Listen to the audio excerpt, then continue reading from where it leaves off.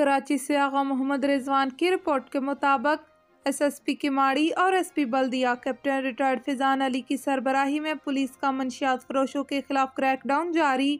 S H O تھانہ مدینہ colony inspector محمد سالم کی سربراہی میں مدینہ کالونی پولیس کی کارروائی۔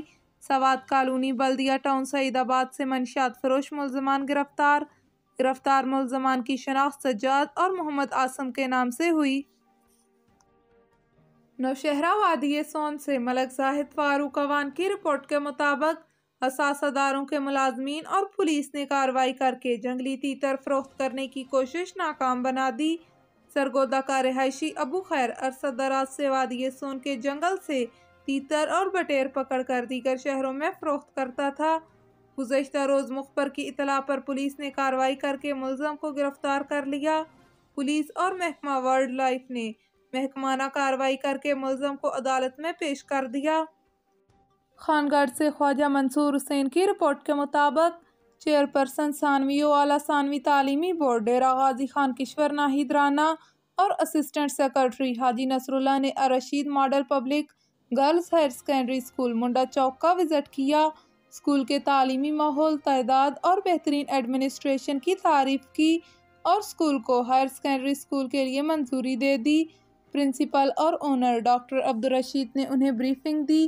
چیئرپرسن کشور ناہید نے کہا کہ حکومت کی پالیسی کے مطابق امتحانات میں شفافیت کے لیے جدید خطوط پر استوار نیا امتحانی سیٹ اپ آئندہ سال کے لیے امتحان میں استعمال کیا جائے گا تاکہ نقل کے امکانات کو ختم کیا جا سکے۔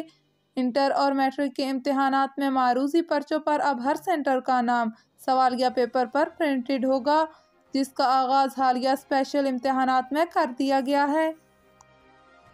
نوشہرہ وادی سون سے ملک زاہد فاروق اوان کی رپورٹ کے مطابق پرنسپل اسرا پبلک اسکول جوہر آباد محمد بلال حفیظ نے اساتذہ اور طلبہ کے ہمراہ ریسکیو آفس کا دورہ کیا۔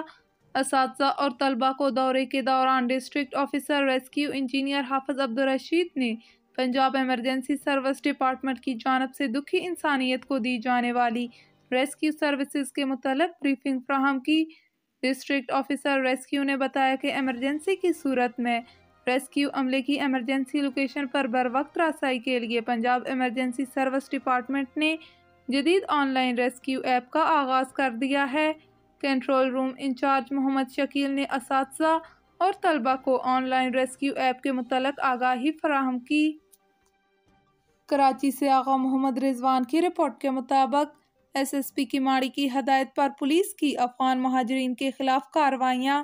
چاندنی چوک سے پولیس نے 2 افراد کو مشکوک حالت میں روکا جنہوں نے اپنا نام سمیر اور اکرم بتایا۔ ان سے پوچھ گچھ کے دوران پولیس کو معلوم ہوا کہ وہ دونوں بغیر دستاویزات کے کراچی میں داخل ہوئے ہیں، جن پر فارن ایکٹ کے تحت مقدمہ درج کر لیا گیا۔ نوشہرہ وادی سون سے ملک زاہد فاروق اوان کی رپورٹ کے مطابق additional I G patrolling police کے حکم پر اور ایس پی پیٹرولنگ سرگودہ کی ہدایت پر D S P patrolling Khushab Sheikh Shaukat کی زیر نگرانی پیٹرولنگ پولیس کی پیشہ ورانہ سہولتوں کو بہتر بنانے کے لیے مختلف سرگرمیوں کا انعقاد کیا گیا۔ ریسکیو 1122 کے ساتھ مل کر فرسٹ ایڈ کورسز کا انعقاد پولیس لائنز جوہر آباد میں کیا گیا، جس میں پیٹرولنگ پولیس کو حادثے میں زخمی ہونے والے افراد کو ابتدائی طبی امداد دینے کی ٹریننگ دی گئی۔ اس کے علاوہ اسلحہ چلانے کے لیے سالانہ فائر مشق کا انعقاد بھی ایلیٹ پولیس کے ہمراہ عمل میں لایا گیا۔ خوشاب پیٹرولنگ پولیس کی جملہ نفری نے تمام سرگرمیوں میں بھرپور شرکت کی۔ تمام کورسز کی نگرانی ڈی ایس پی پیٹرولنگ نے کی اور کہا کہ ان کورسز سے فورس کی کارکردگی جانچنے میں بہت مدد ملتی ہے۔ ہمارے نیکسٹ ایئر 3 تاریخ تک جو 6 تک ہے وہ چلتا رہے گا۔ اسی طرح پوری جو ہماری پی ایچ پی کی زبان ہے، افسران ہے، وہ انشاءاللہ ایک دفعہ گو تھرو ہو جائے۔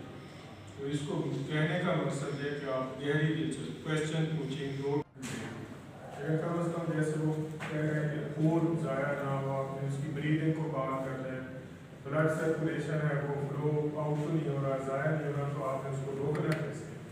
تو فرسٹ رسپانڈر میں یہی چیز ہے کہ آپ نے وہاں پہ فرسٹ ایڈ کیسے دیں۔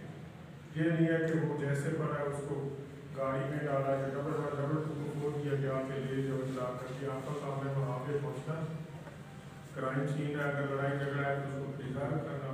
اگلے دن نیکسٹ ایئر 3 تاریخ تک جو 6 تک ہے وہ چلتا رہے گا. اسی طرح پوری جو ہماری پی ایچ پی کی زبان ہے، افسران ہے، وہ انشاءاللہ ایک دفعہ گو تھرو ہو جائے. تو اس کو کہنے کا مقصد ہے کہ آپ گہری دلچسپی